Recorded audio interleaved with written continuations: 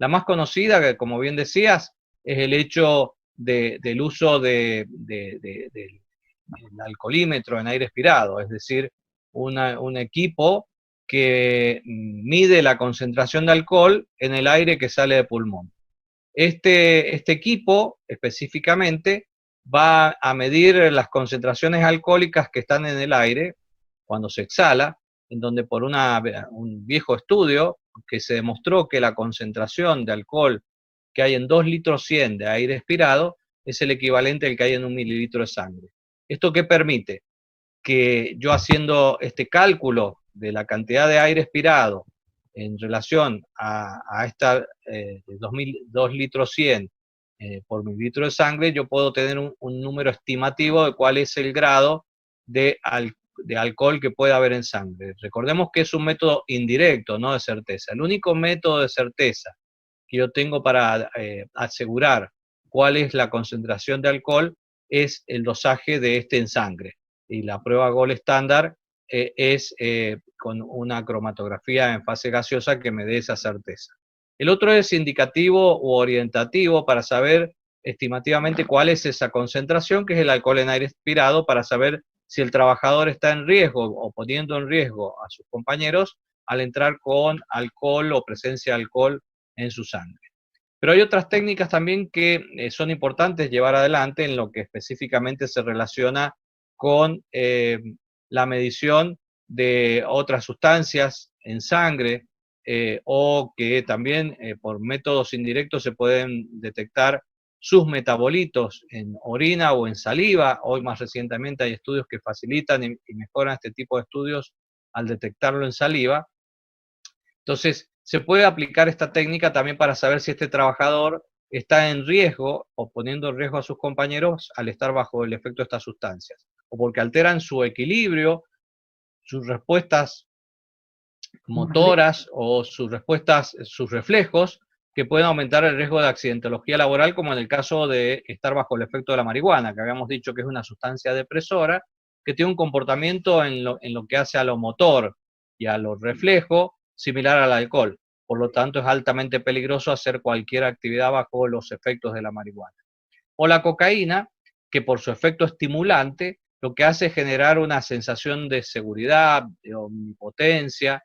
que hace que las conductas sean mucho más arriesgadas, que no se evalúe perfectamente el riesgo de alguna actividad y uno se siente un superhombre, que todo va a salir perfecto, y eso también sabemos que cuando se minimiza el riesgo aumenta la situación de accidente. Entonces se puede hacer esta medición de estos metabolitos en estas dos excreciones, que es orina o saliva, donde yo puedo saber si este trabajador ha estado bajo el uso de estas sustancias. Así que esto tal vez después que salgamos, por lo que habíamos dicho, esta cuarentena,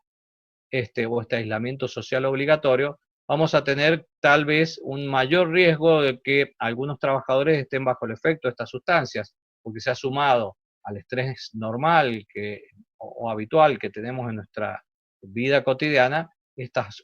nuevas circunstancias e incertidumbres que habíamos mencionado al comienzo. Por eso yo creo que es muy importante establecer estas políticas de alcohol y drogas en el ámbito laboral como una medida preventiva en cuanto a la seguridad y a la higiene, porque no solamente tiene que ver con disminuir la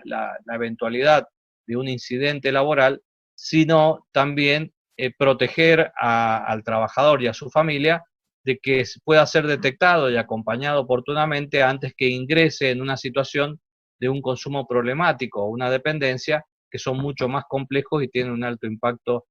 social y familiar. Clarísimo, clarísimo como el agua lo que comenta, excelente. Puntualmente ha tomado nota, sé que es bastante estudioso del tema y sigue como profesional y docente, que ahora se ha incorporado al listado 658 de la resolución, el coronavirus, que no estaba contemplado con el listado de enfermedades. Exactamente. Eso es un beneficio para todos estos actores, estos superhéroes sin capa que hoy están velando por nuestra seguridad, ¿no? Eso es bastante interesante comentarlo porque desde el punto de vista médico me parece muy propio tenerlo aquí y hoy entendemos que la ART lo tiene que cubrir como la superintendencia, ¿no? ¿Cómo lo ve a eso para que se implemente? ¿Será viable que si una persona se llega a contagiar hacer la denuncia? ¿Usted lo considera Lo veo un poco complejo inicialmente porque primero que va a haber que demostrar la causalidad y que puede traer alguna complejidad en cuanto al resultado final, porque el decreto claramente lo especifica como un riesgo laboral, pero pueden haber después todos los intermedios jurídicos que puedan o tengan que ver con la demostración de que esa infección fue contraída durante o en ocasión del trabajo. Así que yo creo que eso todavía queda un camino por ver o especificar y seguramente sin lugar a dudas esto va a terminar repercutiendo en las comisiones nacionales para que resuelvan ante estas situaciones para que sea tomado como una enfermedad laboral. Como así también, saliendo de este tema del listado de enfermedades, como así también el tema de las cámaras que se están instalando en la calle, ¿no? En el caso en algunos puntos de la provincia que están instalando estas, ¿cómo les llaman? Cámaras sanitizantes, cámaras... Lo llaman túneles de desinfección o cámaras sanitizantes que tienen que ver con un poco de las necesidades económicas y que ven tal vez la oportunidad de una salida comercial. De todos modos, Uno dice entre el fabricante, entre el que está vendiendo pañuelos y aquel que está llorando, hoy por hoy dice, bueno, yo te fabrico, te lo vendo, hacelo, pero el producto químico que le arrojas a la piel le hace mal, según el estudio que ustedes han hecho, ¿no? No solamente el producto químico, sino la efectividad. Por un lado, si me dijeran que están instalando lavatorios con un dispenser de jabón para que se puedan lavar las manos en cada esquina, uno podría decir, bueno, un poco exagerado, pero lo apruebo, porque está demostrado que el lavado de manos tiene un alto impacto en disminuir la transmisibilidad del coronavirus. Lo mismo si hiciera un emprendimiento de fábricas de barbijos, optimizando el poder filtrante de estos, o como barrera protectora, haciéndolo de doble o triple capa, investigando como se ha hecho, por ejemplo, en la Escuela de Enfermería de la Facultad de Medicina de la Universidad Nacional de Cuyo, cómo hacer u optimizar la confección de barbijos caseros para que cumplan la real función de disminuir la transmisibilidad del virus, también estaría de acuerdo, porque esto permitiría mejorarlo, así como la Organización Mundial de la Salud claramente sigue manteniendo de que el uso de los barbijos profesionales, como el N95, que se llama así porque tiene una efectividad del 95%, o si usamos la clasificación europea, serían aquellos con factor 2 de protección o factor 3 de protección, que tiene un 98%, plantea a la OMS que tienen que usar, igual que los barbijos quirúrgicos, de uso para los profesionales del área de la salud. Ahora, está demostrado, como lo ha hecho el Centro de Control y Prevención de Enfermedades de Estados Unidos y otros organismos, que también el uso de estas barreras físicas, no tan complicadas, pero que sí ayudan a contener la secreción de las mucosidades respiratorias donde está presente el virus, que ayudan a minimizar la transmisibilidad. Y en este es que hemos sostenido desde un principio la importancia del uso de estos, que también sería algo bueno que se hiciera un desarrollo para la producción masiva de estos barbijos a un bajo costo y que pudiera tener alcance toda la población con este fin solidario y de proteger al otro, no tanto hacia uno mismo, porque no cumplen las normas de estándar que se exigen para los barbijos de uso sanitario. Pero hoy por hoy ahora, nadie le pone el uso en eso, ¿no? Porque hoy en la farmacia te venden un barbijo 80 pesos y es friselina de una tela que cuando le rocias un aerosol traspasa todo, entonces no solamente... Por eso mismo sería importante a lo mejor invertir en la producción, que esto abarataría costos y estuvieran accesibles en un kiosco en cualquier lugar con una garantía de un proceso que ha estado evaluado y que ha sido útil para aplicarlo. De todos modos, tener en cuenta que estos barbijos sociales o tapabocas, la función que tiene es contener la secreción que sale del paciente potencialmente o la persona potencialmente enferma, ya que hay un alto porcentaje, pues, cercano al 60%, de personas que van a estar asintomáticas. Algunas de ellas van a tener la enfermedad y nunca van a presentar un síntoma o va a ser muy banal, como un leve dolor de cabeza o un poquito de dolor de garganta y fiebre no detectada, aunque sea un proceso subfebril de 37, 37 y medio. Y muchas van a tener un cuadro presintomático, es decir, que no van a tener síntomas hasta que unos días después empieza con la fiebre, el dolor de garganta, el cuadro típico de infección, pero en todo este proceso asintomático, presintomático, está contaminando, contagiando a quienes los rodean. Por eso el uso permanente ante este desconocimiento de estas barreras protectoras sociales tiene un alto impacto porque ayudan a contener estas microgotas que salen cuando alguien habla, tose o estornuda, que pueden estar impactando sobre la mucosa de una persona sana. Y esto es lo que tenemos que entender. Ahora, lo que me has dicho del uso de las cabinas o túneles desinfectantes no tienen ningún fundamento científico. Por todo lo que hemos hablado, el riesgo de transmisibilidad está en las secreciones respiratorias. O sea que yo lo bañe a una persona con un desinfectante no va a tener absolutamente ningún impacto sobre la transmisibilidad y la evolución del coronavirus. Es decir, ese es el primer fundamento. Eso más allá de lo que se utilice, el hecho de rociar a una persona con algo que podría ser de utilidad no tiene impacto sobre la enfermedad. Sí lavarse las manos, porque aquellas son las que pueden contactar sobre la cara. O hacer una correcta desinfección de las superficies o aquellos lugares donde hay una alta carga de estas secreciones, un lugar donde uno está hablando un tiempo, donde puede estar cayendo estas secreciones, aquellos que no usan barbijo, y que después alguien inadvertidamente pone las manos sobre estas superficies, que por ejemplo si es un metal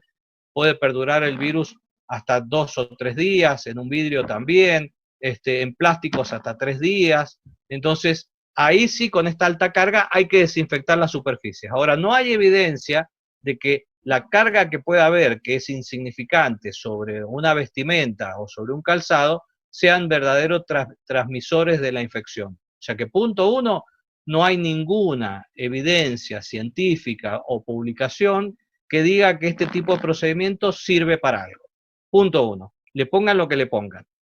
Segundo, que aparte de ello, están utilizando sustancias químicas no autorizadas oficialmente por ningún organismo a nivel mundial para ser aplicadas sobre las personas. Es decir, que son productos habilitados y autorizados por los organismos sanitarios para desinfección de objetos o elementos, como por ejemplo superficies de áreas médicas, instrumental quirúrgico, desinfección, por ejemplo, de frutas y verduras para hacer la desinfección con algunos de ellos, no todos son iguales. Por ejemplo, algunos, como el ácido hipocloroso, se puede utilizar a determinadas concentraciones para desinfectar frutas y verduras previos al proceso de producción. También se utiliza para la potabilización del agua, pero no están indicados ni el agua oxigenada, está autorizado para aplicar sobre el cuerpo de las personas en forma de rociado, sino para el tratamiento puntual y localizado de una herida, por ejemplo, un proceso quirúrgico con los elementos y precauciones donde controlo el tiempo y la dosis donde lo voy a aplicar.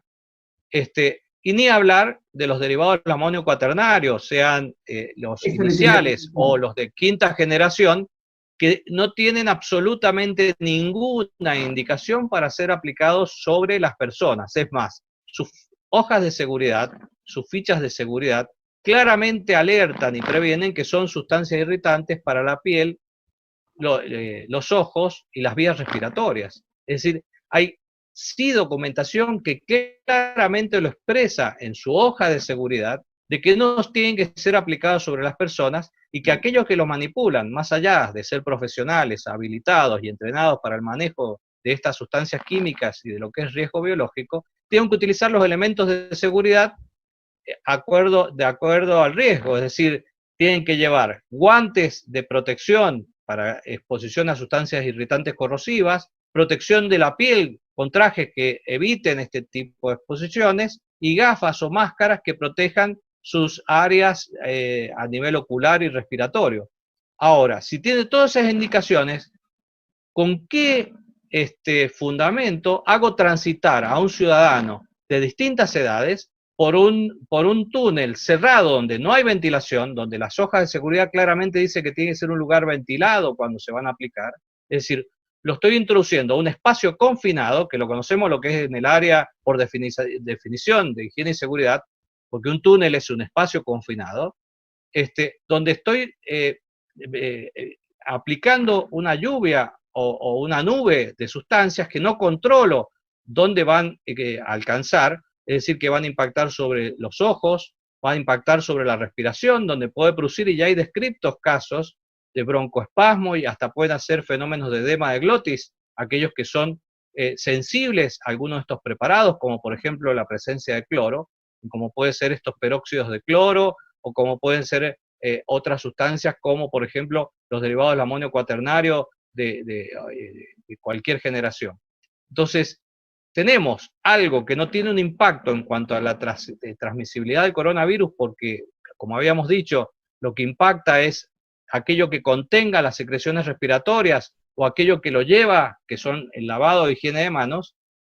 y que por el otro lado estamos aplicando sustancias que no tienen indicación para el control del coronavirus y que sí tienen absolutas y plenas contraindicaciones para ser aplicado sobre áreas de riesgo como son ojos y vías respiratorias, más allá de piel. Es decir, que esto lo podemos establecer como algo que es de alto riesgo, y así lo han definido las organizaciones científicas, no solo nacionales, sino internacionales, como el Centro de Toxicología de la Universidad Católica de Chile, el Centro de Toxicología de Montevideo, centros de toxicología de Latinoamérica, el Ministerio de Salud de México y de otros países, que claramente se han expresado contraindicando el uso de estos túneles por lo que hemos mencionado, por el alto riesgo para la salud y la baja eficiencia o la no demostrada utilidad para contener la transmisibilidad del coronavirus. No es que se le ocurrió a usted decir, no lo usen. No, esto tiene todo un estudio. Esto hay gente que tiene muchos años lo que yo hago es transmitir lo que dice la evidencia científica. Claro, a mí no se me ocurre, ni es que sea una cuestión que haya aparecido de la nada. Esto es lo que está diciendo la documentación. Esto es lo que nos ha llevado esta pandemia con un virus pandémico. ¿Qué significa virus pandémico? Que es un virus nuevo, es decir, que la comunidad mundial no tiene anticuerpos contra este virus. Segundo, que tiene una alta transmisibilidad. El RO, que es la capacidad de transmisibilidad que tiene, es por arriba de 2. Esto es que hace que se multiplique tan rápidamente y que esté llevando adelante todo lo que está sucediendo hoy en el mundo y que es lo que queda todavía por transitar a Argentina. Esto que estamos viviendo no es nada más que un periodo de preparación y de gracia que nos ha dado las medidas que se han implementado a nivel nacional de grandes costos social y económico, pero que en definitiva lo que está haciendo es darnos tiempo para que podamos prepararnos y estar listos y en condiciones para poder dar la mejor batalla a estos pacientes que pueden estar padeciendo la enfermedad en los próximos 20 o 30 días. Wow. Volviendo al tema de las cápsulas estas famosas que estamos viendo, las cámaras estas famosas, ni hablar de hacer pasar a una persona que tiene que son asintomáticos, como comentaba usted, o que tiene alguna alergia o que sufriera algo. Eso la verdad que es atípico, que lo hagan pasar. Sin duda, hemos tenido ya consultas en los centros de intoxicaciones de personas que tienen reactividad al cloro, por ejemplo, que tienen contraindicación de estar expuestas, lo han advertido y así todo le han exigido que tienen que pasar por ahí y han hecho estas respuestas alérgicas que vemos que ya son las consecuencias que se van a ir generando. Porque aparte de esto, que no es un hecho aislado, sino que esto cada vez que uno va a entrar a una actividad, le exigen pasar por estos artefactos. A eso voy.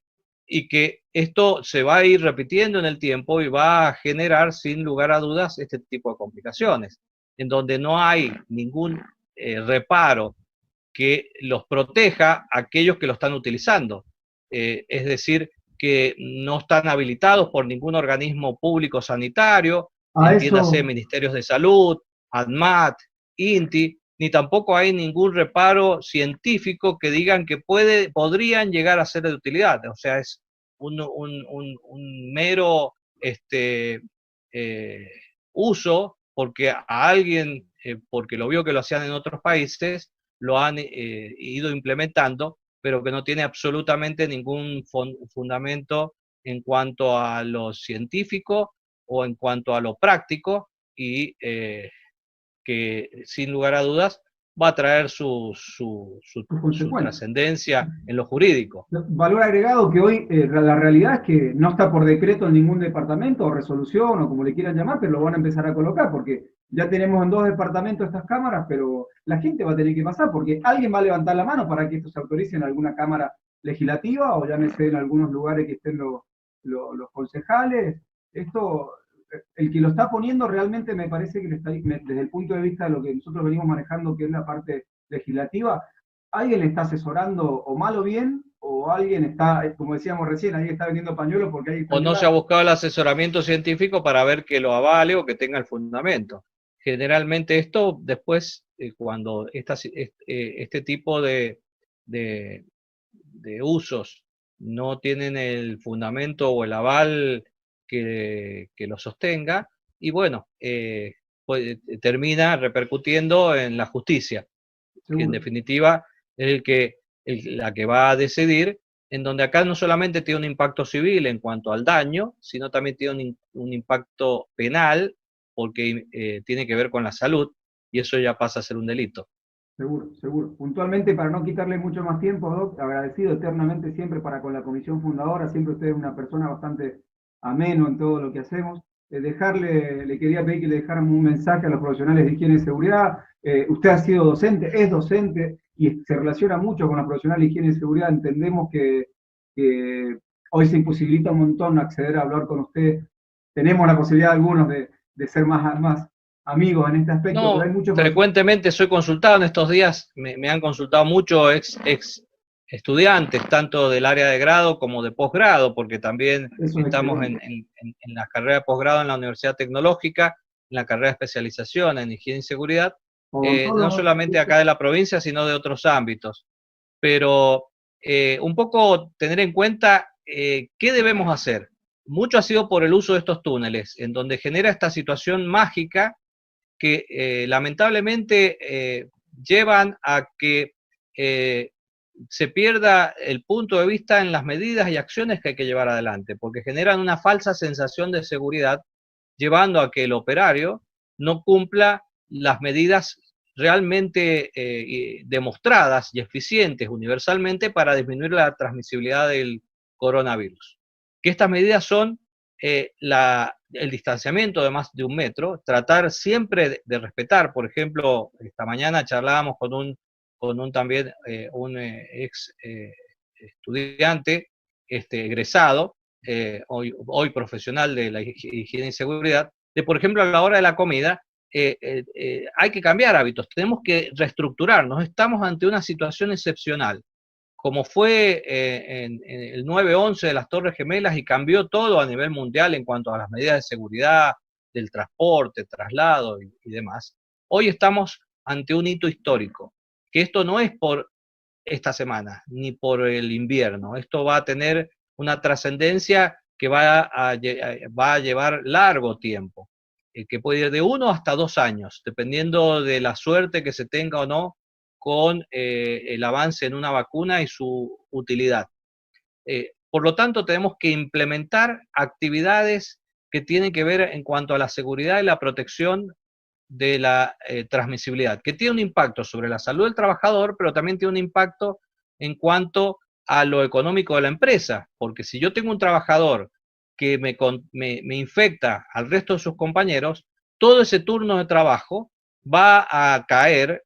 teniendo un impacto trascendente en lo que hace a las actividades laborales. Por eso esto tiene una trascendencia no solamente sanitaria, sino económica, laboral. Entonces tenemos que extremar estas medidas y salir de esta visión unidireccional y ver cómo nos adaptamos. Como, por ejemplo, lo llevaron bien, y un poco cuando nos consultaron algunos canales de televisión, que lo vienen haciendo perfectamente, en donde tienen equipos que trabajan 2 semanas en el estudio y otro equipo que trabaja 2 semanas en la casa, que son equipos estancos y que esto garantizamos de que no haya circulación del virus, porque cada uno está en su casa y si alguien se infecta, no va a afectar al resto de sus compañeros que van a poder ir haciendo este recambio. Esto se trajo y no es ya desde Europa y Asia, donde aquellos equipos médicos que no están de guardia permanente también hacen turnos de 14 días en grupos estancos para tratar de aislar y que esto no esté todos afectados. Por lo tanto, tratar de, a la hora de comer, por ejemplo, en un turno, que tienen que ser en distintos momentos para que haya la menor cantidad de gente posible, que si es posible pueden estar de espalda con espalda, a 1,5 metros de distancia. Podemos marcar este distanciamiento cuando ingresan y salen. Cuando esto no es posible, lo podemos hacer a través de barreras físicas, es decir, el uso de un barbijo social que sea efectivo, lo ideal que sea de doble o triple capa para que sea mucho más efectivo, que no tenga fugas hacia los costados, que se puede reforzar con una pantalla o una máscara facial para tener una mayor seguridad y protección, para que no se contagien entre sí los distintos trabajadores u operarios. Esto ya lo vienen haciendo en distintos lugares desde hace varias semanas, como por ejemplo en la cooperativa farmacéutica, donde tienen que, por su forma de trabajo, estar codo a codo, pero que han implementado estas estrategias para disminuir el riesgo de transmisibilidad del virus, como también las medidas de desinfección del lugar de trabajo, tanto al ingreso, que tiene que ver con cuando uno entra, exigir el lavado de manos. Sabemos que el lavado de manos es insustituible, que el alcohol en gel lo reemplaza transitoriamente, pero nunca sustituye al lavado de manos, es decir, poner exigencias que cuando ingresan tienen que ingresar con su máscara social, o su barbijo social, o su tapaboca, el lavado de manos en forma inmediata, utilizar ropa de mangas largas, que la ropa de calle queda guardada y se ponga la ropa de trabajo, y que cuando va a salir, después de sacarse la ropa de trabajo, va a hacer el lavado de manos, se va a poner la ropa de calle y va a salir al exterior. Es decir, mantener las normas de higiene, distancia, higiene y desinfección. Todas aquellas zonas de contacto permanente como barandas o barandillas, mostradores, escritorios, el teclado de la computadora que uno lo puede envolver con papel film para protegerlo y que sea más fácil desinfectarlo con el hipoclorito de sodio, la lavandina al 0,05-0,1%, que es la dosis demostradamente útil para inactivar al coronavirus en 5 minutos. No pasando 30 segundos por una cabina. Demora 5 minutos si yo pongo lavandina sobre una superficie en descontaminarlo. O sea, para entender otro hecho más de que por qué nos sirve pasar mágicamente por estos túneles. Porque